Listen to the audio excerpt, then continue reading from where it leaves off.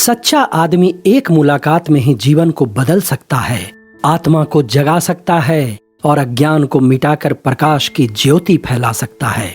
प्रस्तुत पंक्तियां मुंशी प्रेमचंद की कहानी विश्वास से ली गई है।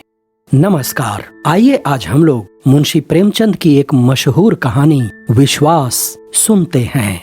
उन दिनों मिस जोशी बंबई सभ्य समाज की राधिका थी तो वह एक छोटी सी कन्या पाठशाला की अध्यापिका, पर उसका ठाट बाट मान सम्मान बड़ी बड़ी धनरानियों को भी लज्जित करता था। वह एक बड़े महल में रहती थी जो किसी जमाने में सतारा के महाराज का निवास स्थान था। वहाँ सारे दिन नगर के रईसों, राजों, राज कर्मचारियों का तांता लगा रहता था। वह सारे प्रांत के धन और कृति के उपासकों की देवी थी। अगर किसी को खिताब का खब्द था तो वह मिस जोशी की खुशामद करता था। किसी को अपने संबंधी के लिए कोई अच्छा ओहदा दिलाने की धुन थी तो वह मिस जोशी की आराधना करता था। सरकारी इमारतों के ठीके, नमक, शराब, अफीम आदि सरकारी चीजों के ठीके, लोहे, लकड़ी, कल पुर्जे आदि के ठीके, सब मिस जोशी के ही हाथों में था। जो कुछ करती थी वही करती थी, जो कुछ होता था उसी के हाथों होता था। जिस वक्त वह अपनी अरबी घोड़ों की फिटन पर सैर करने निकलती तो रईसों की सवारियां आप रास्ते से हट जाती थीं। बड़े बड़े दुकानदार खड़े होकर सलाम करने लगते थे। वह रूपवती थी, लेकिन नगर में उससे बढ़कर रूपवती रमणियां भी थीं। वह सुशिक्षिता थी, वाक चतुर थी, गाने में निपुण, हंसती तो अनोखी छवि से, बोलती तो निराली छटा से, ताकती तो बांकी चितवन से। लेकिन इन गुणों में उसका एकाधिपत्य न था। उसकी प्रतिष्ठा, शक्ति और कृति का कुछ और ही रहस्य था। सारा नगर ही नहीं, सारे प्रांत का बच्चा बच्चा जानता था कि बंबई के गवर्नर मिस्टर जौहरी मिस जोशी के बिना दामों के गुलाम हैं। मिस जोशी की आंखों का इशारा उनके लिए नादिर शाही हुक्म है। वह थिएटरों में, दावतों में, जलसों में मिस जोशी के साथ साये की भांति रहते हैं और कभी कभी उनकी मोटर रात के सन्नाटे में मिस जोशी के मकान से निकलती हुई लोगों को दिखाई देती है। इस प्रेम में वासना की मात्रा अधिक है या भक्ति की, यह कोई नहीं जानता था। लेकिन मिस्टर जौहरी विवाहित हैं और मिस जोशी विधवा, इसीलिए जो लोग उनके प्रेम को कलुषित कहते हैं वे उन पर कोई अत्याचार नहीं करते। बंबई की व्यवस्थापिका सभा ने अनाज पर कर लगा दिया था और जनता की ओर से उसका विरोध करने के लिए एक विराट सभा हो रही थी। सभी नगरों से प्रजा के प्रतिनिधि उसमें सम्मिलित होने के लिए हजारों की संख्या में आए थे। मिस जोशी के विशाल भवन के सामने चौड़े मैदान में हरी हरी घास पर बंबई की जनता अपनी फरियाद सुनाने के लिए जमा थी। अभी तक सभापति न आए थे, इसीलिए लोग बैठे गपशप कर रहे थे। कोई कर्मचारियों पर आक्षेप करता था, कोई देश की स्थिति पर, कोई अपनी दीनता पर। लोग कह रहे थे, अगर हम लोगों में अकड़ने का जरा भी सामर्थ्य होता तो मजाल थी कि यह कर लगा दिया जाता। अधिकारियों का घर से बाहर निकलना मुश्किल हो जाता। हमारा जरूरत से ज्यादा सीधापन हमें अधिकारियों के हाथों का खिलौना बनाए हुए है। वे जानते हैं कि इन्हें जितना दबाते जाओ उतना दबते जाएंगे, सिर नहीं उठा सकते। सभा में सरकार ने भी उपद्रव की आशंका से सशस्त्र पुलिस बुला ली। उस मैदान के चारों कोने पर सिपाहियों के दल डेरा डाले पड़े थे। उनके अफसर घोड़ों पर सवार, हाथ में हंटर लिए जनता के बीच में निशंक भाव से घोड़े दौड़ाते फिरते थे, मानो साफ मैदान है। मिस जोशी के ऊंचे बरामदे में नगर के सभी बड़े बड़े रईस और राज्याधिकारी तमाशा देखने के लिए बैठे हुए थे। मिस जोशी मेहमानों का आदर सत्कार कर रही थीं और मिस्टर जौहरी आराम कुर्सी पर लेटे इस जन समूह को घृणा और भय की दृष्टि से देख रहे थे। सहसा सभापति महाशय आपटे एक किराए के तांगे पर आते दिखाई दिए। चारों तरफ हलचल मच गई। लोग उठ उठकर उनका स्वागत करने दौड़े और उन्हें लाकर मंच पर बैठा दिया। आपटे की अवस्था 30-35 वर्ष से अधिक न थी।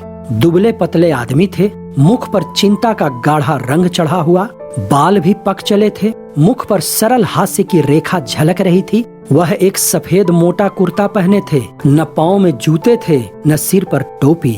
इस अर्धनग्न, दुर्बल, निस्तेज प्राणी में न जाने कौन सा जादू था कि समस्त जनता उसकी पूजा करती थी, उसके पैरों पर सिर रगड़ती थी। इस एक प्राणी के हाथों में इतनी शक्ति थी कि वह क्षण मात्र में सारी मीलों को बंद करा सकता था, शहर का सारा कारोबार मिटा सकता था। अधिकारियों को उसके भय से नींद न आती थी। रात को सोते सोते चौंक पड़ते थे। उससे ज्यादा भयंकर जंतु अधिकारियों की दृष्टि में दूसरा न था। यह प्रचंड शासन शक्ति उस एक हड्डी के आदमी से थर-थर कांपती थी, क्योंकि उस हड्डी में एक पवित्र, निष्कलंक, बलवान और दिव्य आत्मा का निवास था। आप्टे ने मंच पर खड़े होकर पहले जनता को शांत चित्त रहने और अहिंसा व्रत पालन करने का आदेश दिया। फिर देश की राजनीतिक स्थिति का वर्णन करने लगे। सहसा उनकी दृष्टि सामने मिस जोशी के बरामदे की ओर गई तो उनका प्रजा दुख पीड़ित हृदय तिलमिला उठा।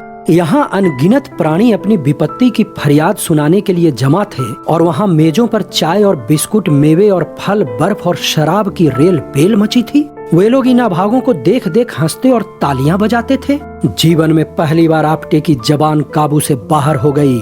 मेघ की भांति गरज कर बोले, इधर तो हमारे भाई दाने दाने को मुहताज हो रहे हैं, उधर अनाज पर कर लगाया जा रहा है, केवल इसीलिए कि राज कर्मचारियों के हलवे पूरी में कमी न हो।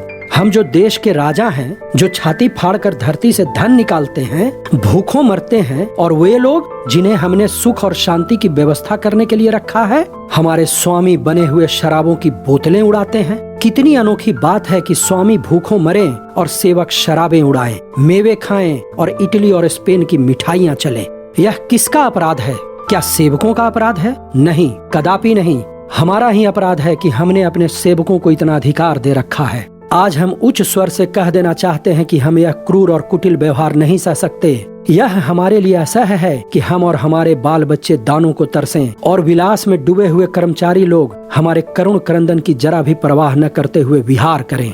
यह असह्य है कि हमारे घरों में चूल्हे न जलें और कर्मचारी लोग थिएटरों में ऐश करें, नाच रंग की महफिलें सजाएं, दावतें उड़ाएं और वेश्याओं पर कंचन की वर्षा करें। संसार में ऐसा और कौन देश होगा जहां प्रजा तो भूखों मरती हो और प्रधान कर्मचारी अपनी प्रेम क्रीड़ाओं में मग्न हों, जहां स्त्रियां गलियों में ठोकरें खाती फिरती हों और अध्यापिकाओं का वेश धारण करने वाली वेश्याएं आमोद प्रमोद के नशे में चूर हों। एकाएक सशस्त्र सिपाहियों के दल में हलचल पड़ गई। उनका अफसर हुक्म दे रहा था, सभा भंग कर दो, नेताओं को पकड़ लो, कोई न जाने पाए। यह विद्रोहात्मक व्याख्यान है। मिस्टर जौहरी ने पुलिस के अफसर को इशारे से बुलाकर कहा, और किसी को गिरफ्तार करने की जरूरत नहीं, आप्टे को ही पकड़ो, वही हमारा शत्रु है। पुलिस ने डंडे चलाने शुरू किए और कई सिपाहियों के साथ जाकर अफसर ने आप्टे को गिरफ्तार कर लिया। जनता ने त्योरियां बदली। अपने प्यारे नेता को यूं गिरफ्तार होते देखकर उनका धैर्य हाथ से जाता रहा। लेकिन उसी वक्त आप्टे की ललकार सुनाई दी, तुमने अहिंसा व्रत लिया है और अगर किसी ने उस व्रत को तोड़ा तो उसका दोष मेरे सिर पर होगा। मैं तुमसे सविनय अनुरोध करता हूँ कि अपने अपने घर जाओ। अधिकारियों ने वही किया जो हम समझते थे। इस सभा से हमारा जो उद्देश्य था वह पूरा हो गया। हम यहाँ बलवा करने नहीं, केवल संसार की नैतिक सहानुभूति प्राप्त करने के लिए जमा हुए थे और हमारा उद्देश्य पूरा हो गया। एक क्षण में सभा भंग हो गई और आप्टे पुलिस की हवालत में भेज दिए गए। मिस्टर जौहरी ने कहा, बच्चा बहुत दिनों के बाद पंजे में आए हैं, राजद्रोह का मुकदमा चलाकर कम से कम 10 साल के लिए अंडमान भेजूंगा। मिस जोशी बोली, इससे क्या फायदा होगा? क्यों, उसको अपने किए की सजा मिल जाएगी। लेकिन सोचिए, हमें उसका कितना मूल्य देना पड़ेगा। अभी जिस बात को गिने गिनाए लोग जानते हैं वह सारे संसार में फैलेगी और हम कहीं मुंह दिखाने लायक न रहेंगे। आप अखबारों के संवाददाताओं की जबान तो नहीं बंद कर सकते। कुछ भी हो, मैं इसे जेल में सड़ाना चाहता हूँ। कुछ दिनों के लिए तो चैन की नींद नसीब होगी, बदनामी से तो डरना ही व्यर्थ है। हम प्रांत के सारे समाचार पत्रों को अपने सदाचार का राग अलापने के लिए मोल ले सकते हैं। हम प्रत्येक लांछन को झूठ साबित कर सकते हैं। आप्टे पर मिथ्या दोषारोपण का अपराध लगा सकते हैं। मिस जोशी शांत स्वभाव से बोली, मैं इससे सहज उपाय बतला सकती हूँ। आप आप्टे को मेरे हाथ में छोड़ दीजिए, मैं उससे मिलूंगी और उन यंत्रों से जिनका प्रयोग करने में हमारी जाति सिद्धहस्त है, उसके आंतरिक भावों और विचारों की थाह लेकर आपके सामने रख दूंगी। मैं ऐसे प्रमाण खोज निकालना चाहती हूँ जिनके उत्तर में उसे मुंह खोलने का साहस न हो और संसार की सहानुभूति उसके बदले हमारे साथ हो जाए। चारों ओर से यही आवाज आए कि यह कपटी और धूर्त था और सरकार ने उसके साथ वही व्यवहार किया है जो होना चाहिए। मुझे विश्वास है कि वह षड्यंत्रकारियों का मुखिया है और मैं इसे सिद्ध कर देना चाहती हूँ। मैं उसे जनता की दृष्टि में देवता नहीं बनाना चाहती, उसको राक्षस के रूप में दिखाना चाहती हूँ। यह काम इतना आसान नहीं है जितना तुमने समझ रखा है। आप्टे राजनीति में बड़ा चतुर है। ऐसा कोई पुरुष नहीं जिस पर युवती अपनी मोहिनी न डाल सके। अगर तुम्हें विश्वास है कि तुम यह काम पूरा कर दिखाओगी तो मुझे कोई आपत्ति नहीं है। मैं तो केवल उसे दंड देना चाहता हूँ। तो हुक्म दे दीजिए कि वह इसी वक्त छोड़ दिया जाए। जनता कहीं यह तो न समझेगी कि सरकार डर गई? नहीं, मेरे ख्याल में तो जनता पर इस व्यवहार का बहुत अच्छा असर पड़ेगा। लोग समझेंगे कि सरकार ने जनमत का सम्मान किया है। लेकिन तुम्हें उसके घर जाते लोग देखेंगे तो मन में क्या कहेंगे? नकाब डालकर जाऊंगी, किसी को कानो कान खबर न होगी।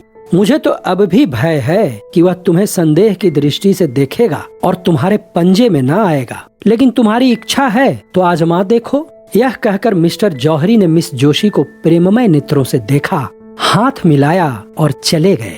आकाश पर तारे निकले हुए थे। चैत की शीतल सुखद वायु चल रही थी। सामने के चौड़े मैदान में सन्नाटा छाया हुआ था। लेकिन मिस जोशी को ऐसा मालूम हुआ मानो आपटे मंच पर खड़ा बोल रहा है। उसका शांत सौम्य विषादमय स्वरूप उसकी आंखों में समाया हुआ था। प्रातःकाल मिस जोशी अपने भवन से निकली, लेकिन उसके वस्त्र बहुत साधारण थे और आभूषण के नाम पर शरीर पर एक धागा भी न था। अलंकार विहीन होकर उसकी छवि स्वच्छ निर्मल जल की भांति और भी निखर गई थी। उसने सड़क पर आकर एक तांगा लिया और चली। आपटे का मकान गरीबों के एक दूर के मोहल्ले में था। तांगे वाला मकान का पता जानता था, कोई दिक्कत न हुई। मिस जोशी जब मकान के द्वार पर पहुंची तो न जाने क्यों उसका दिल धड़क रहा था। उसने कांपते हुए हाथों से कुंडी खटखटाई। एक अधेड़ औरत ने निकलकर दरवाजा खोला। मिस जोशी उस घर की सादगी देखकर दंग रह गई। एक किनारे चारपाई पड़ी हुई थी, एक टूटी अलमारी में कुछ किताबें चुनी हुई थीं। फर्श पर लिखने का डेस्क था और एक रस्सी की आलगनी पर कपड़े लटक रहे थे। एक लंबा तगड़ा आदमी जो उसी अधेड़ औरत का पति था, बैठा हुआ एक टूटे हुए ताले की मरम्मत कर रहा था और एक 5-6 वर्ष का तेजस्वी बालक आपटे की पीठ पर चढ़ने के लिए उसके गले में हाथ डाल रहा था। आपटे इसी लोहार के साथ उसी घर में रहते थे। समाचार पत्रों में लेख लिखकर जो कुछ मिलता उसे दे देते और इस भांति गृह प्रबंध की चिंताओं से छुट्टी पाकर जीवन व्यतीत करते थे। मिस जोशी को देखकर आपटे जरा चौंके, फिर खड़े होकर उनका स्वागत किया और सोचने लगे कि कहाँ बैठाऊं। अपनी दरिद्रता पर आज उन्हें जितनी लाज आई उतनी और कभी न आई थी। मिस जोशी उनका असमंजस देखकर चारपाई पर बैठ गई और जरा रुखाई से बोली, मैं बिना बुलाए आपके यहाँ आने के लिए क्षमा मांगती हूँ, किंतु काम ऐसा जरूरी था कि मेरे आए बिना पूरा न हो सकता। क्या मैं 1 मिनट के लिए आपसे एकांत में मिल सकती हूँ? आपटे ने जगन्नाथ की ओर देखकर कमरे से बाहर चले जाने का इशारा किया। उसकी स्त्री भी बाहर चली गई, केवल बालक रह गया। वह मिस जोशी की ओर बार बार उत्सुक आंखों से देखता था, मानो पूछ रहा हो कि तुम आपटे दादा की कौन हो। मिस जोशी ने चारपाई से उतरकर जमीन पर बैठते हुए कहा, आप कुछ अनुमान कर सकते हैं कि मैं इस वक्त क्यों आई हूँ? आपटे ने झेंपते हुए कहा, आपकी कृपा के सिवा और क्या कारण हो सकता है? मिस जोशी बोली, नहीं, संसार इतना उदार नहीं हुआ कि आप जिसे गालियां दें वह आपको धन्यवाद दे। आपको याद है कि कल आपने अपने व्याख्यान में मुझ पर क्या क्या आक्षेप किए थे? मैं आपसे जोर देकर कहती हूँ कि वे आक्षेप करके आपने मुझ पर घोर अत्याचार किया है। आप जैसे सहृदय शीलवान विद्वान आदमी से मुझे ऐसी आशा न थी। मैं अबला हूँ, मेरी रक्षा करने वाला कोई नहीं है। क्या आपको उचित था कि एक अबला पर मिथ्यारोपण करें? अगर मैं पुरुष होती तो आपसे ड्यूएल खेलने का आग्रह करती। अबला हूँ, इसीलिए आपकी सज्जनता को स्पर्श करना ही मेरे हाथ में है। आपने मुझ पर जो लांछन लगाए हैं वे सर्वथा निर्मूल हैं। आपटे ने दृढ़ता से कहा, अनुमान तो बाहरी प्रमाणों से ही किया जाता है। मिस जोशी, बाहरी प्रमाणों से आप किसी के अंतःस्थल की बात नहीं जान सकते। आपटे, जिसका भीतर बाहर एक न हो उसे देखकर भ्रम में पड़ जाना स्वाभाविक है। मिस जोशी, हाँ, तो वह आपका भ्रम है और मैं चाहती हूँ कि आप उस कलंक को मिटा दें जो आपने मुझ पर लगाया है। आप इसके लिए प्रायश्चित करेंगे? आपटे ने बड़ी ही सज्जनता से जवाब दिया, अगर न करूं तो मुझसे बड़ा दुरात्मा संसार में न होगा। मिस जोशी ने पूछा, आप मुझ पर विश्वास करते हैं? मैंने आज तक किसी रमणी पर अविश्वास नहीं किया। मिस जोशी ने फिर पूछा, क्या आपको यह संदेह हो रहा है कि मैं आपके साथ कौशल कर रही हूँ?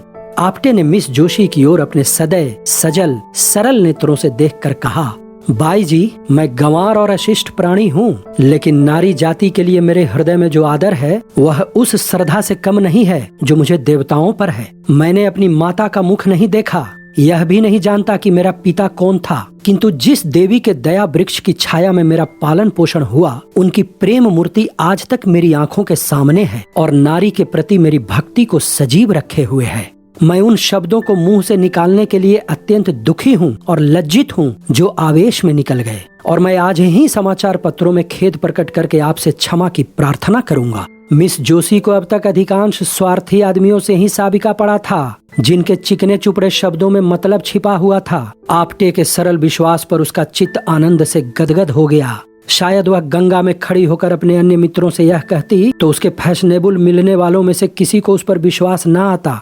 सब मुंह के सामने तो हाँ हाँ करते, पर बाहर निकलते ही उसका मजाक उड़ाना शुरू करते। उन कपटी मित्रों के समूह के यह आदमी था जिसके एक एक शब्द में सच्चाई झलक रही थी, जिसके शब्द अंतःस्थल से निकलते हुए मालूम होते थे।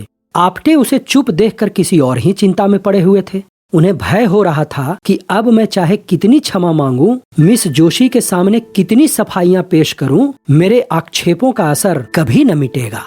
इस भाव ने अज्ञात रूप से उन्हें अपने विषय की कई गुप्त बातें कहने की प्रेरणा की, जो उन्हें उसकी दृष्टि में लघु बना दें, जिससे वह भी उन्हें नीच समझने लगे। उसको संतोष हो जाए कि यह भी कलुषित आत्मा है। वे बोले, मैं जन्म से अभागा हूँ, माता पिता का तो मुंह ही देखना नसीब न हुआ, और जिस दयाशील महिला ने मुझे आश्रय दिया वह भी मुझे 13 वर्ष की अवस्था में अनाथ छोड़कर परलोक सिधार गई। उस समय मेरे सिर पर जो कुछ बीती उसे याद करके इतनी लज्जा आती है कि किसी को मुंह न दिखाऊं। मैंने धोबी का काम किया, मोची का काम किया, घोड़े की साइसी की, एक होटल में बर्तन मांजता रहा, यहाँ तक कि कितनी ही बार क्षुधा से व्याकुल होकर भीख भी मांगी। मजदूरी करने को बुरा नहीं समझता, आज भी मजदूरी ही करता हूँ। भीख मांगनी भी किसी किसी दशा में क्षम्य है, लेकिन मैंने उस अवस्था में ऐसे ऐसे कर्म किए जिन्हें कहते लज्जा आती है। मैंने चोरी की है, विश्वासघात किया है, यहाँ तक कि चोरी के अपराध में कैद की सजा भी पाई है।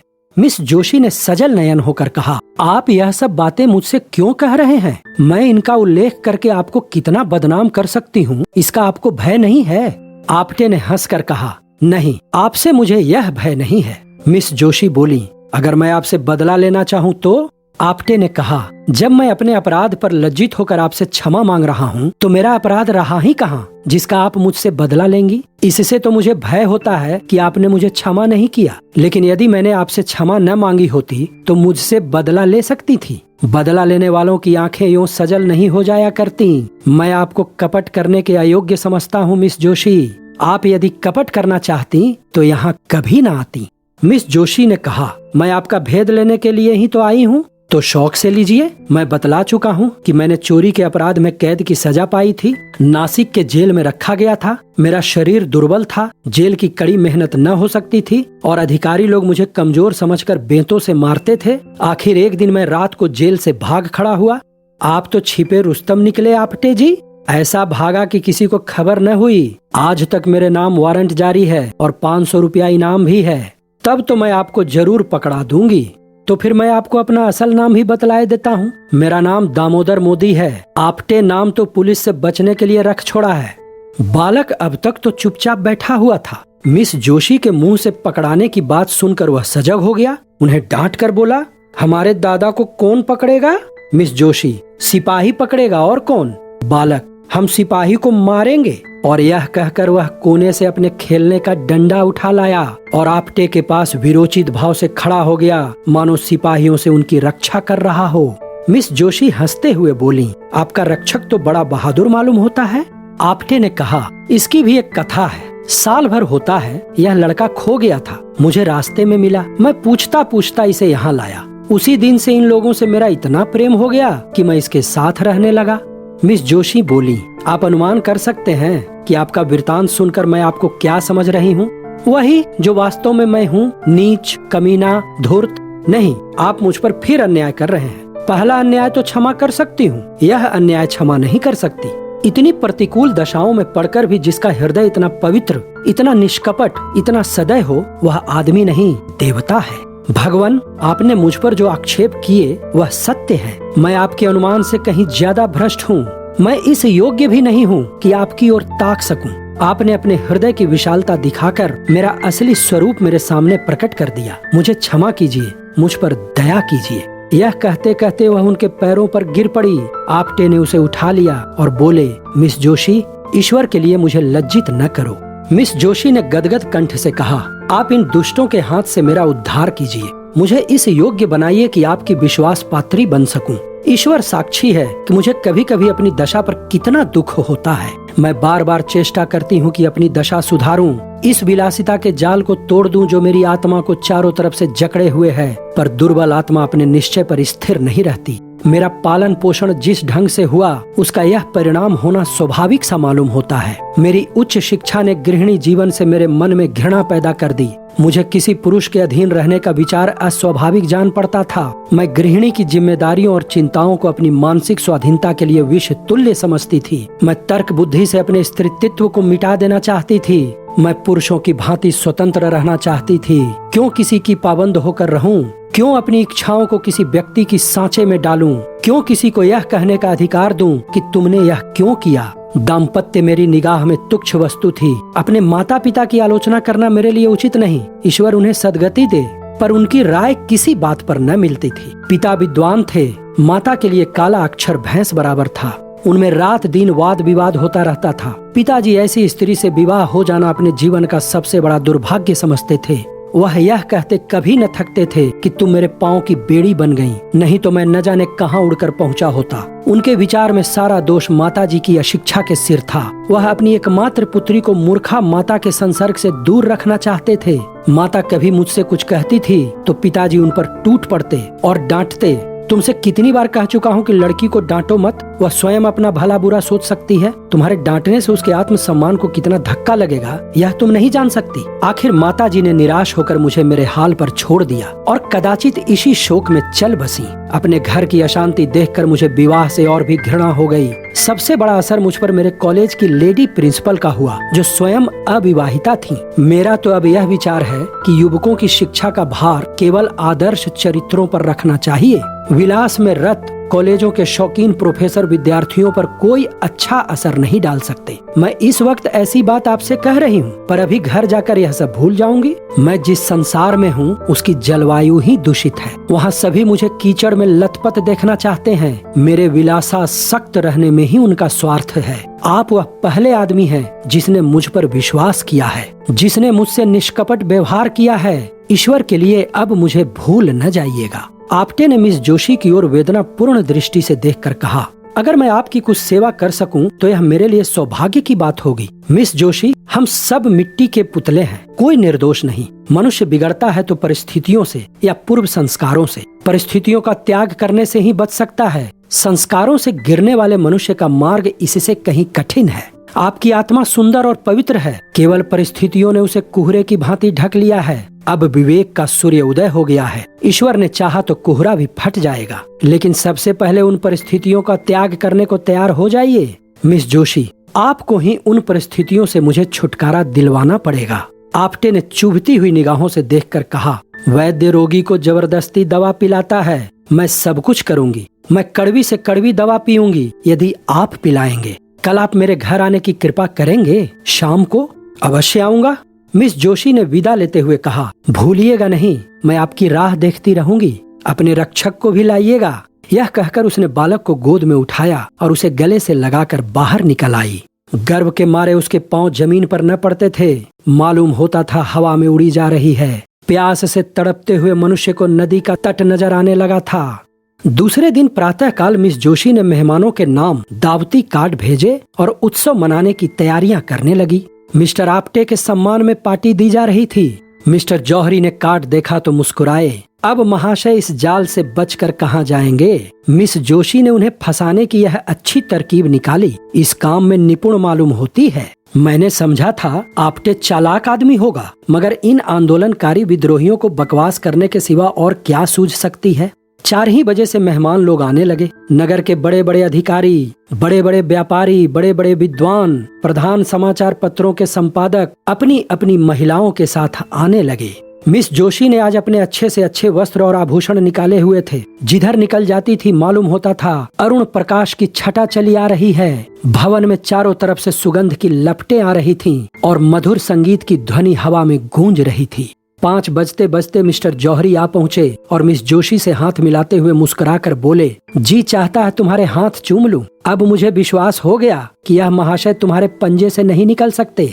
मिसेस पेटिट बोली, मिस जोशी दिलों का शिकार करने के लिए ही बनाई गई हैं। मिस्टर सोराब जी ने कहा, मैंने सुना है आपटे बिल्कुल गंवार सा आदमी है। मिस्टर भरूचा ने कहा, किसी यूनिवर्सिटी में शिक्षा ही नहीं पाई, सभ्यता कहाँ से आती। मिसेस भरूचा, आज उसे खूब बनाना चाहिए।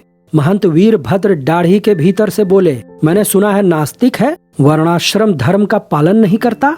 मिस जोशी, नास्तिक तो मैं भी हूँ, ईश्वर पर मेरा भी विश्वास नहीं है। महंत ने कहा, आप नास्तिक हो, पर आप कितने ही नास्तिकों को आस्तिक बना देती हैं। मिस्टर जौहरी ने कहा, आपने लाख की बात कही महंत जी। मिसेस भरूचा, क्यों महंत जी, आपको मिस जोशी ने ही आस्तिक बनाया है क्या। सहसा आपटे लोहार के बालक की उंगली पकड़े हुए भवन में दाखिल हुए। वह पूरे फैशनेबल रईस बने हुए थे।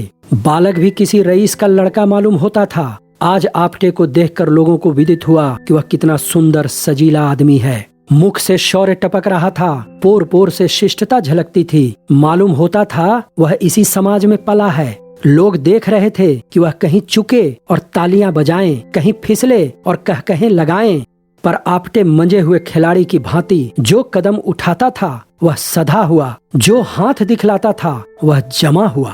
लोग उसे पहले तुच्छ समझते थे, अब उससे ईर्ष्या करने लगे, उस पर फब्तियां उड़ानी शुरू की। लेकिन आपटे इस कला में भी एक ही निकला। बात मुंह से निकली और उसने जवाब दिया, पर उसके जवाब में मालिन्य या कटुता का लेश भी न होता था। उसका एक एक शब्द सरल स्वच्छ चित्त को प्रसन्न करने वाले भावों में डूबा होता था। मिस जोशी उसकी वाक्य चातुरी पर फूल उठती थी। शोराब जी ने पूछा, आपने किस यूनिवर्सिटी से शिक्षा पाई थी आपटे जी। आपटे ने कहा, यूनिवर्सिटी में शिक्षा पाई होती तो आज मैं भी शिक्षा विभाग का अध्यक्ष न होता। मिसेस भरूचा, मैं तो आपको भयंकर जंतु समझती थी। आपटे ने मुस्कुरा कर कहा, आपने मुझे महिलाओं के सामने न देखा होगा। सहसा मिस जोशी अपने सोने के कमरे में गई और अपने सारे वस्त्राभूषण उतार फेंके। उसके मुख से शुभ्र संकल्प का तेज निकल रहा था। नेत्रों से दबी ज्योति प्रस्फुटित हो रही थी, मानो किसी देवता ने उसे वरदान दिया हो। उसने सजे हुए कमरे को घृणा के नेत्रों से देखा, अपने आभूषणों को पैरों से ठुकरा दिया और एक मोटी साफ साड़ी पहनकर बाहर निकली। आज प्रातः काल ही उसने यह साड़ी मंगा ली थी। उसे इस नए वेश में देखकर सब लोग चकित हो गए। काया पलट कैसी! सहसा किसी की आंखों को विश्वास न आया, किंतु मिस्टर जौहरी बगले बजाने लगे। मिस जोशी ने इसे फंसाने के लिए कोई नया स्वांग रचा है। मिस जोशी सभी को संबोधित करते हुए बोली, मित्रों, आपको याद है परसों महाशय आपटे ने मुझे कितनी गालियां दी थी। यह महाशय खड़े हैं, आज मैं इन्हें उस दुर्व्यवहार का दंड देना चाहती हूँ। मैं कल इनके मकान पर जाकर इनके जीवन के सारे गुप्त रहस्यों को जान गई हूँ। यह जो जनता की भीड़ में गरजते फिरते हैं, मेरे एक ही निशाने में गिर पड़े।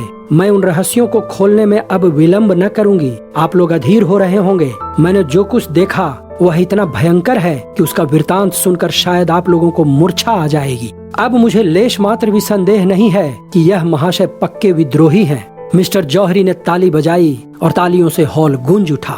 मिस जोशी, लेकिन राज के द्रोही नहीं, अन्याय के द्रोही, दमन के द्रोही, अभिमान के द्रोही हैं ये। चारों ओर सन्नाटा छा गया। लोग विस्मित होकर एक दूसरे की ओर ताकने लगे। मिस जोशी ने कहा, महाशय आपटे ने गुप्त रूप से शस्त्र जमा किए हैं और गुप्त रूप से हत्याएं की हैं।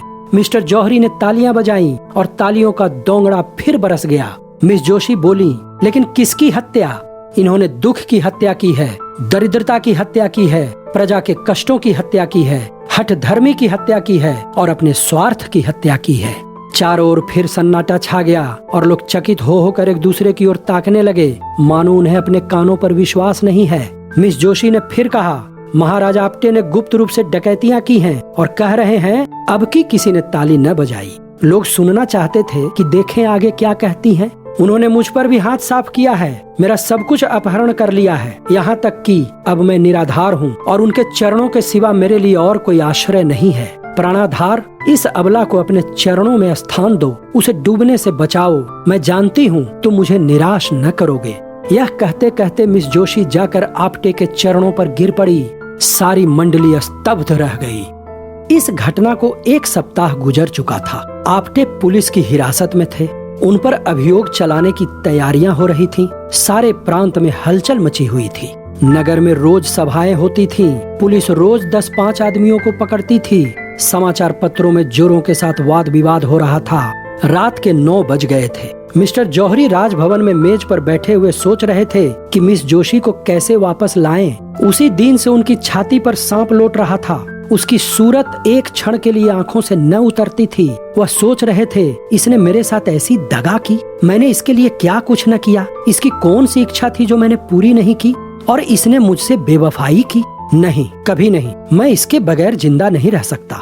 दुनिया चाहे मुझे बदनाम करे, हत्यारा कहे, चाहे मुझे पद से हाथ धोना पड़े, लेकिन आपटे को न छोड़ूंगा। इस रोड़े को रास्ते से हटा दूंगा, इस कांटे को पहलू से निकाल बाहर करूंगा। मैं मिस जोशी को पाने के लिए किसी हद तक जाऊंगा। सहसा कमरे का द्वार खुला और मिस जोशी ने प्रवेश किया। मिस्टर जौहरी हकबकाकर कुर्सी पर से उठ खड़े हुए और यह सोचकर कि शायद मिस जोशी उधर से निराश होकर मेरे पास आई हैं, कुछ रूखे लेकिन नम्र भाव से बोले, आओ बाला, तुम्हारी याद में बैठा था। तुम कितनी ही बेवफाई करो, पर तुम्हारी याद मेरे दिल से नहीं निकल सकती। मिस जोशी ने कहा, आप ऐसी बातें केवल जबान से कहते हैं। नहीं नहीं, ऐसा नहीं है, क्या दिल चीर कर दिखा दूं?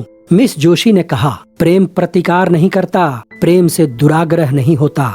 आप मेरे खून के प्यासे हो रहे हैं, उस पर भी आप कहते हैं मैं तुम्हें याद करता हूँ। आपने मेरे स्वामी को हिरासत में डाल रखा है, यह प्रेम है। आखिर आप मुझसे क्या चाहते हैं? अगर आप समझ रहे हो कि इन सख्तियों से डरकर मैं आपके शरण आ जाऊंगी, तो आपका भ्रम है। आपको अख्तियार है कि आपटे को काले पानी भेज दें, फांसी पर चढ़ा दें, लेकिन इसका मुझ पर कोई असर न होगा। वह मेरे स्वामी हैं, मैं उनको अपना स्वामी समझती हूँ। उन्होंने अपनी विशाल उदारता से मेरा उद्धार किया। आप मुझे विषय के फंदों में फंसाते थे, मेरी आत्मा को कलुषित करते थे। कभी आपको यह ख्याल आया कि इसकी आत्मा पर क्या बीत रही होगी? आप तो मुझे आत्मशून्य समझते थे। इस देव पुरुष ने अपनी निर्मल स्वच्छ आत्मा के आकर्षण से मुझे पहली ही मुलाकात में खींच लिया। मैं उसकी हो गई और मरते दम तक उसी की रहूंगी। उस मार्ग से अब आप मुझे नहीं हटा सकते। मुझे एक सच्ची आस्था की जरूरत थी, वह मुझे मिल गई। उसे पाकर अब तीनों लोक की संपदा मेरी आंखों में तुच्छ है।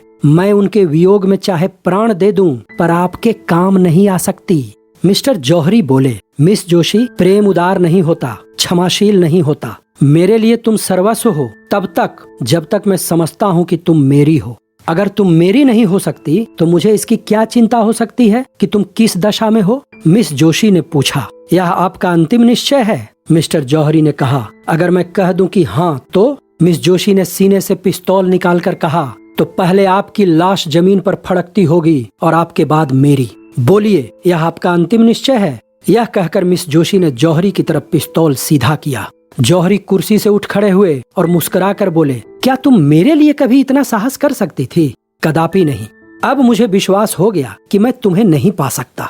जाओ, तुम्हारा आपटे तुम्हें मुबारक हो, उस पर से अभियोग उठा लिया जाएगा। तुम्हारा प्रेम देखकर तुम्हारे आगे मैं नतमस्तक हूँ। पवित्र प्रेम में ही यह साहस हो सकता है। अब मुझे विश्वास हो गया कि तुम्हारा प्रेम पवित्र है। अगर कोई पुराना पापी भविष्यवाणी कर सकता है तो मैं कहता हूँ वह दिन दूर नहीं जब तुम इस भवन की स्वामिनी होगी।